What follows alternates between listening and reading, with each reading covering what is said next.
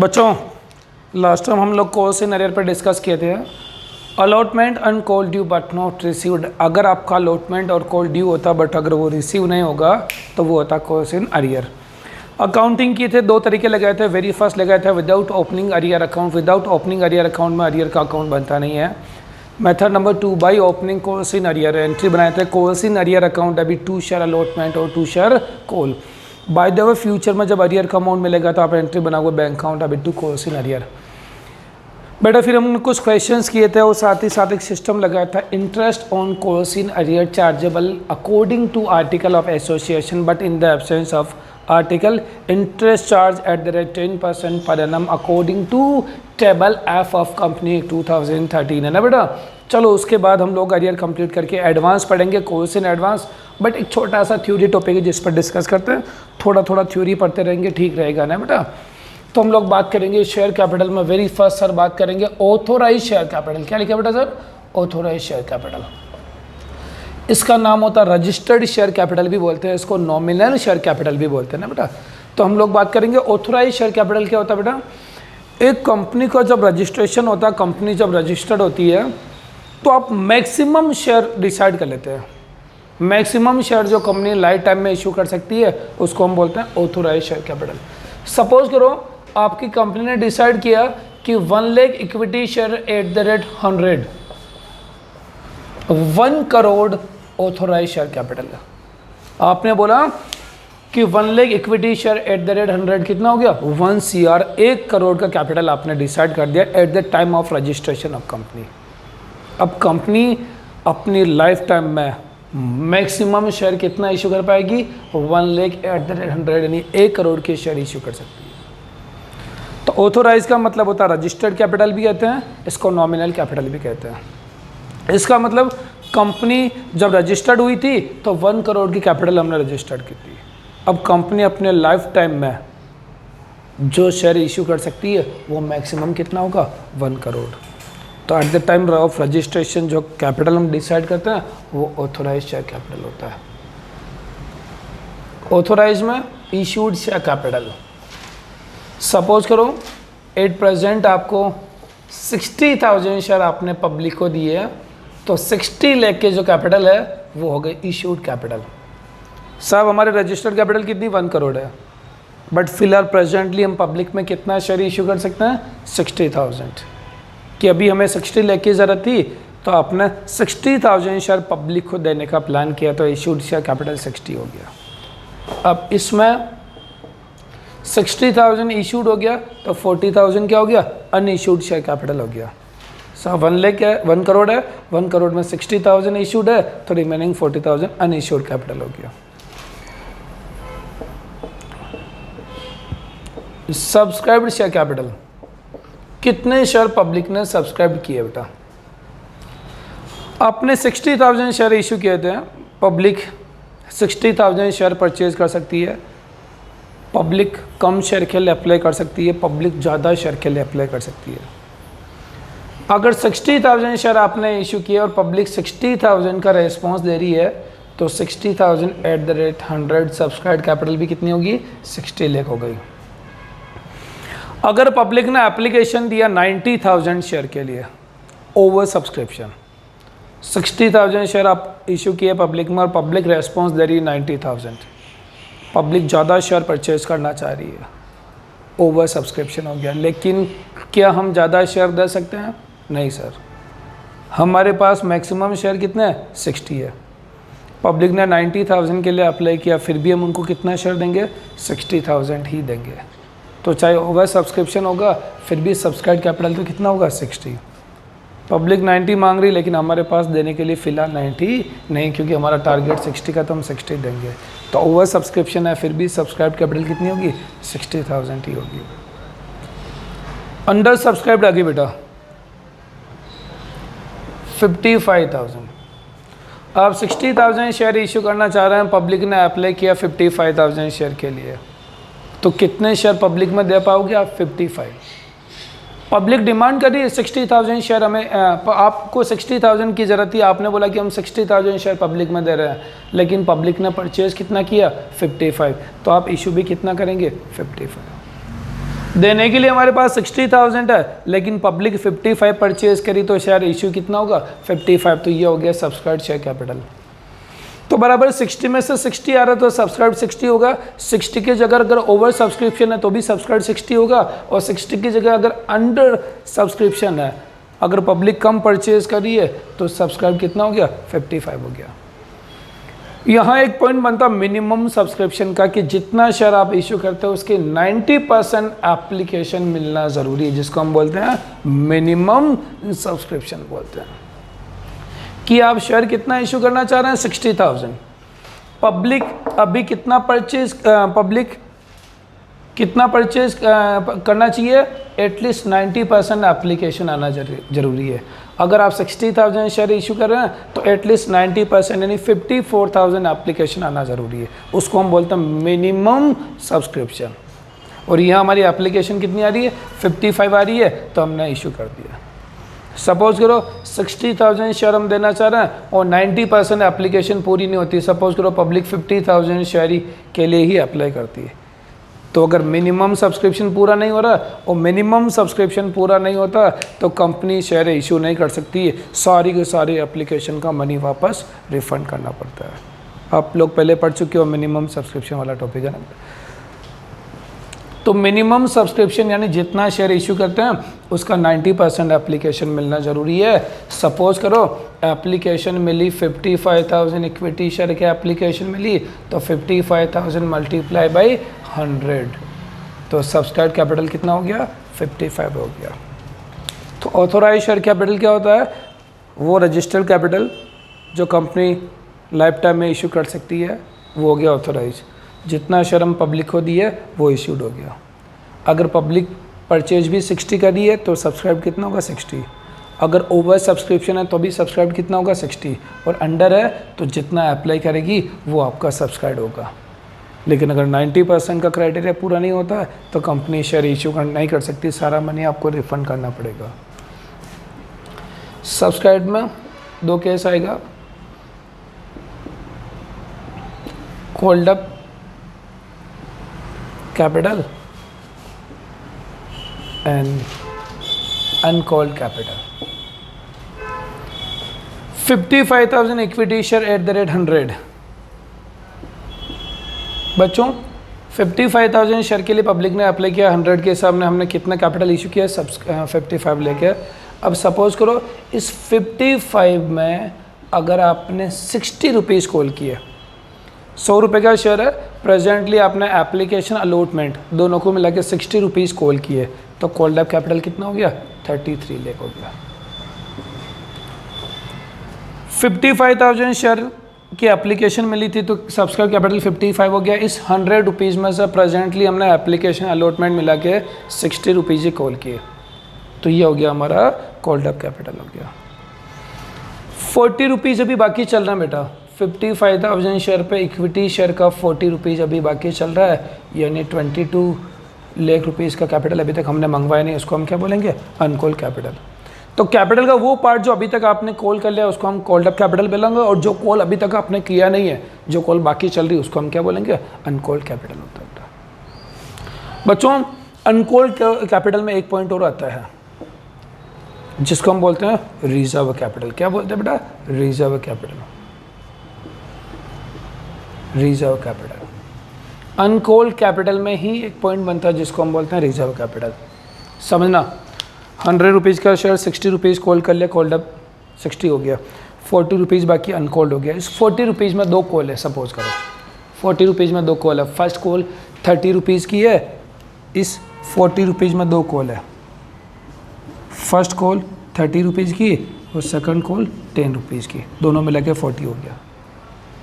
अब आपने फर्स्ट बोला फर्स्ट कॉल तो ज़रूरत पड़ेगी तब हम मंगवा के रिसीव कर लेंगे, बट सेकंड कॉल को आपने रोक दिया, आपने बोला सेकंड कॉल मैं नहीं मंगवाऊंगा। सेकंड कॉल को आपने रिजर्व कर दिया, फाइनल कॉल को आपने रिजर्व कर दिया कि सर ये फाइनल कॉल 10 रुपये की मैं उसी दिन कॉल करूँगा जिस दिन कंपनी का लिक्विडेशन होगा, जिस दिन कंपनी का वाइंड अप होगा। आपने फाइनल कॉल का 10 रुपये रिजर्व कर दिया कि सर 100 रुपीज़ का शेयर था, 60 रुपीज़ मैंने कॉल किया तो कॉल्ड अप 40 रुपीज़ अभी तक कॉल किया नहीं। इस 40 रुपीज़ में फर्स्ट कॉल 30 रुपीज़ की और फाइनल कॉल 10 रुपीज़ का। फर्स्ट कॉल जिस दिन मुझे ज़रूरत होगी तो मैं मंगवा लूँगा, बट फाइनल कॉल तो मैं मंगवाऊंगा ही नहीं। अगर कंपनी का लिक्विडेशन होगा, अगर कंपनी का वाइंड अप होगा तो ही मुझे कॉल करना, अदरवाइज़ नहीं करना। तो आपने क्या कर दिया, इस फाइनल कॉल को आपने रिजर्व कर दिया। और किसके लिए रिजर्व किया, लिक्विडेशन के लिए रिजर्व कर लिया कि सर कंपनी का लिक्विडेशन होगा तो ही मुझे कॉल करना, अदरवाइज़ नहीं करना। तो इस फाइनल कॉल के 10 रुपीज़ को आपने रिजर्व कर लिया, उसको हम बोलेंगे रिजर्व कैपिटल। बहुत इंपॉर्टेंट कंटेंट मैं अभी आपको लिखवाने वाला हूँ बेटा।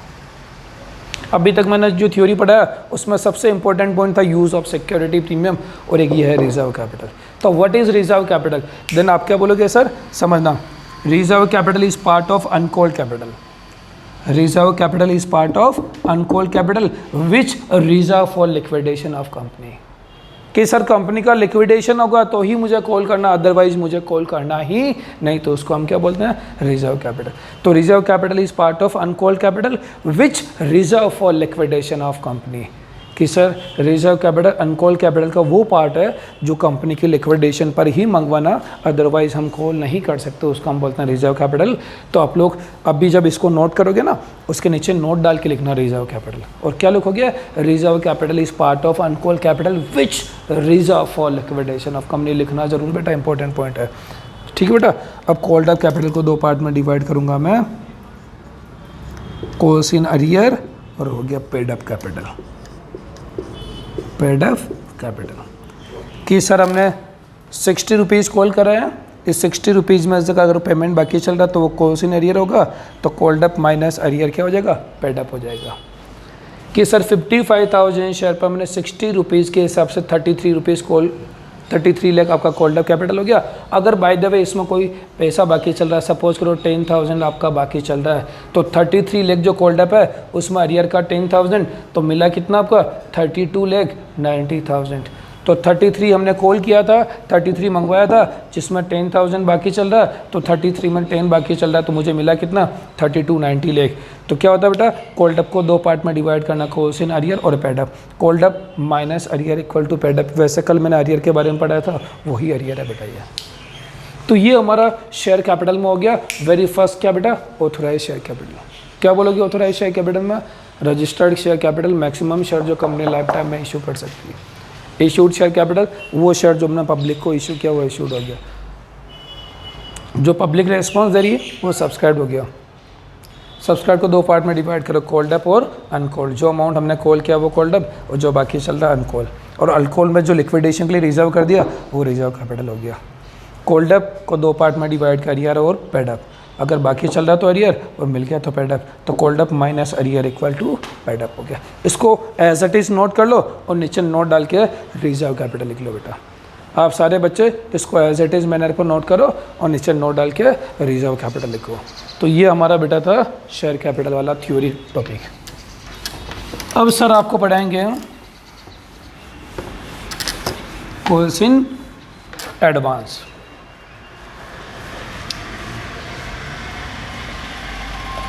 अच्छा टॉपिक है, इसी है, कोई दिक्कत वाली बात नहीं। कॉल्स इन एडवांस सुनना बेटा।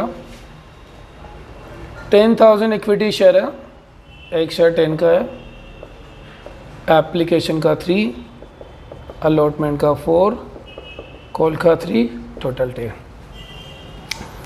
कॉल्स इन एडवांस है ना बेटा। ए जिसके पास 1,000 शेयर था, इसने कॉल का पेमेंट अलॉटमेंट के साथ ऐड कर दिया। ए जिसके पास 1,000 शेयर था, उस बंदे ने कॉल का पेमेंट अलॉटमेंट के साथ किया। मतलब एप्लीकेशन पूरा मिल गया, अलॉटमेंट जब मिला था हमें तब ए जिसके पास 1,000 शेयर था उसने कॉल का पेमेंट भी अलॉटमेंट के साथ कर दिया। तो कॉल्स इन एडवांस हो गया। यानी call amount received before due date. Call का अमाउंट ड्यू डेट से पहले मिलता है, उसको हम क्या बोलते हैं, calls in advance. Call due तो फ्यूचर में कभी होगा, उसके पहले ही मिल गया, यानी कॉल का अमाउंट आपको अलॉटमेंट के साथ मिल जाता है, उसको हम बोलते हैं कॉल्स इन एडवांस। तो आप सारे बच्चे नोट करो, if call amount received before due date, if call amount received before due date, then advance received is treated as course in advance, then advance received is treated as course in advance. चलो आगे बढ़ते बेटा, सुनो, if call amount received before due date then advance received is treated as calls in advance. अब sir क्या बोल रहे हैं सुनना आप सारे बच्चे ना बेटा. एक एग्जांपल से मैं आपको पूरा समझाऊंगा. अकाउंटिंग ट्रीट, अभी कुछ नोट नहीं करना, केवल समझो बेटा.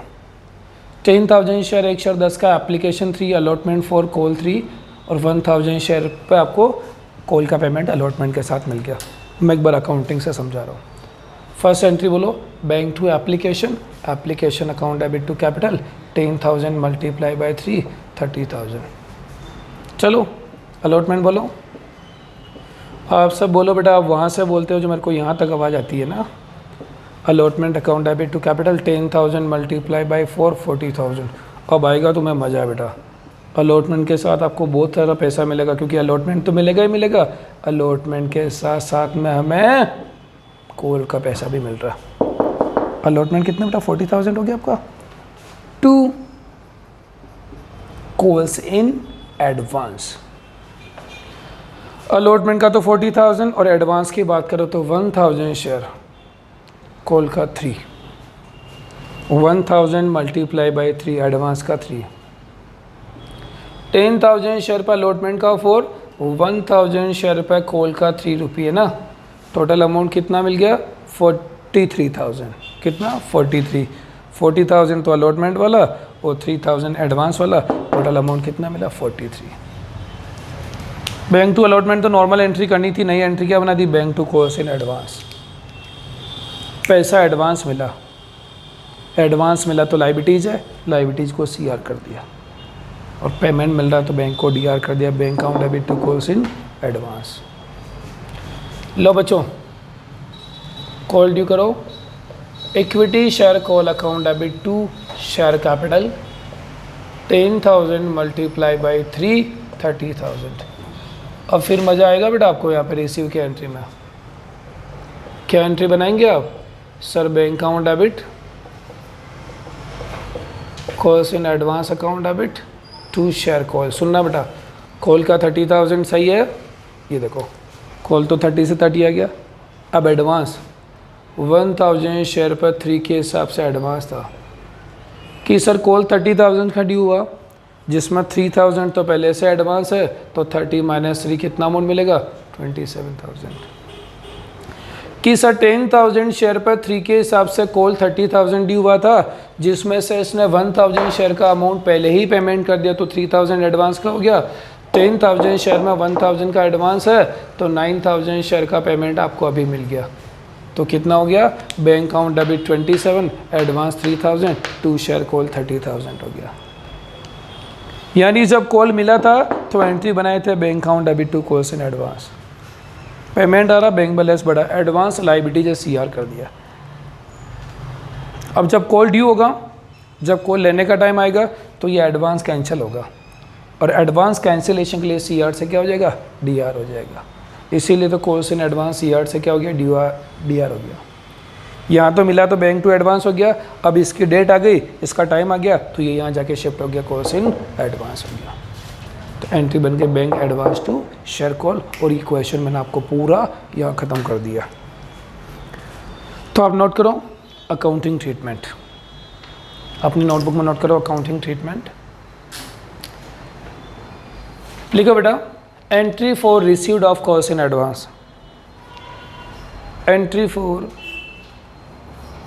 Received of calls in advance.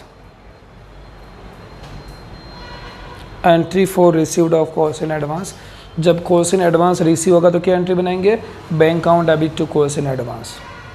Note करो entry, bank account debit to calls in advance. Bank account debit to calls in advance. पैसा रहा, बैंक बैलेंस बढ़ गया, एडवांस लायबिलिटी सीआर कर देना. अगली एंट्री लिखो, entry for calls in advance. Entry for calls in advance adjusted with call amount.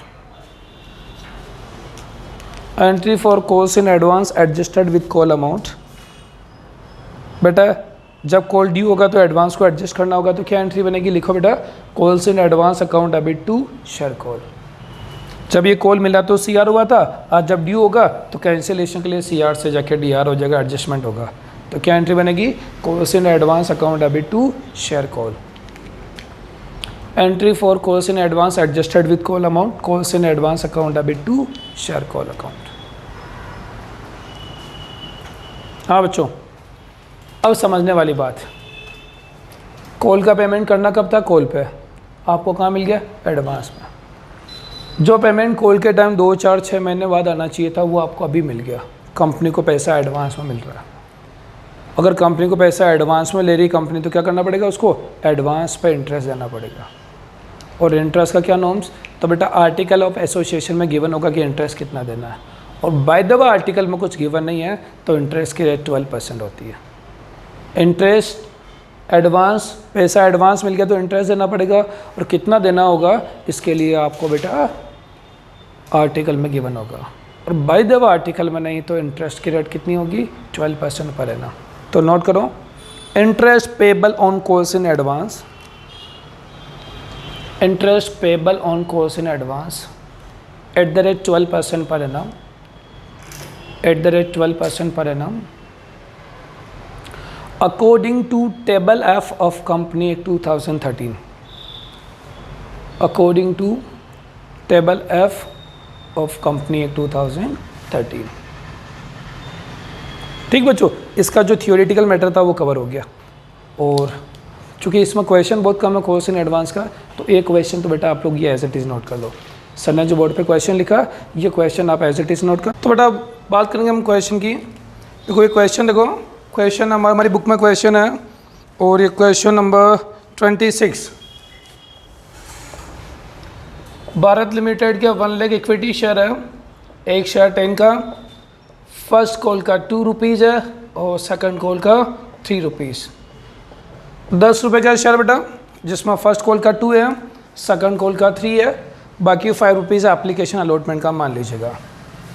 अब 800 share पर सेकंड कॉल का अमाउंट फर्स्ट कॉल पे मिल गया, 800 शेयर पर सेकंड कॉल का अमाउंट फर्स्ट कॉल पे मिला, कॉल्स इन एडवांस बेटा। वेरी फर्स्ट हम बात करेंगे, first call account debit to share capital, 1 lakh multiply by 2 lakh हो गया बेटा। अब बच्चों फर्स्ट कॉल जब रिसीव करोगे तो ध्यान रखना यहाँ पे कॉल्स इन एडवांस है, bank account debit to share first call और 2 कॉल्स इन एडवांस। बेटा फर्स्ट कॉल का 2 लाख रुपीज़ है, अब मैं बात करूँगा एडवांस की, तो 800 शेयर पर सेकंड कॉल का 3 रुपये यानी एडवांस का 2400 है। तो बात करेंगे फर्स्ट कॉल का 2 लाख, एडवांस का 2400 यानी 2,02,400 हो गया। बच्चों बात आ गई सेकंड एंड फाइनल कॉल की, तो final call account debit to share capital, final call बेटा 3 रुपीज़ के हिसाब से 3 लाख रुपए की हो गई। चलो बेटा हम फाइनल कॉल रिसीव कर लेते हैं, और रिसीव करने की जर्नल एंट्री बनेगी bank account debit calls in advance account debit to second call to final call. Final call 3 lakh रुपए की बेटा, एडवांस का 2,400 तो 2,97,600। ये हमारा क्वेश्चन नंबर 26 कंप्लीट हो गया।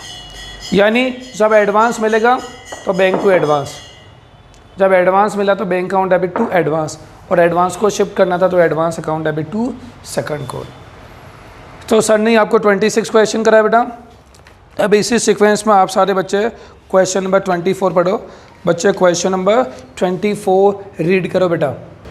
क्वेश्चन आपके सामने स्क्रीन पर आ गया बेटा। 20,000 equity share at the rate 10, 2 rupees का प्रीमियम, टोटल 12 हो गया। Application 2, allotment 3 to 5, first call का 2, और बचा हुआ फाइनल कॉल पे है, बचा कितना बेटा 3 रुपीज़। ये बोला बेटा 300 शेयर पे एंटायर अमाउंट फर्स्ट कॉल के साथ मिल गया, 300 शेयर पे फाइनल कॉल का अमाउंट फर्स्ट कॉल के साथ मिल गया, और एक बंदा जिसके पास 1000 शेयर था उसने फर्स्ट कॉल नहीं दिया।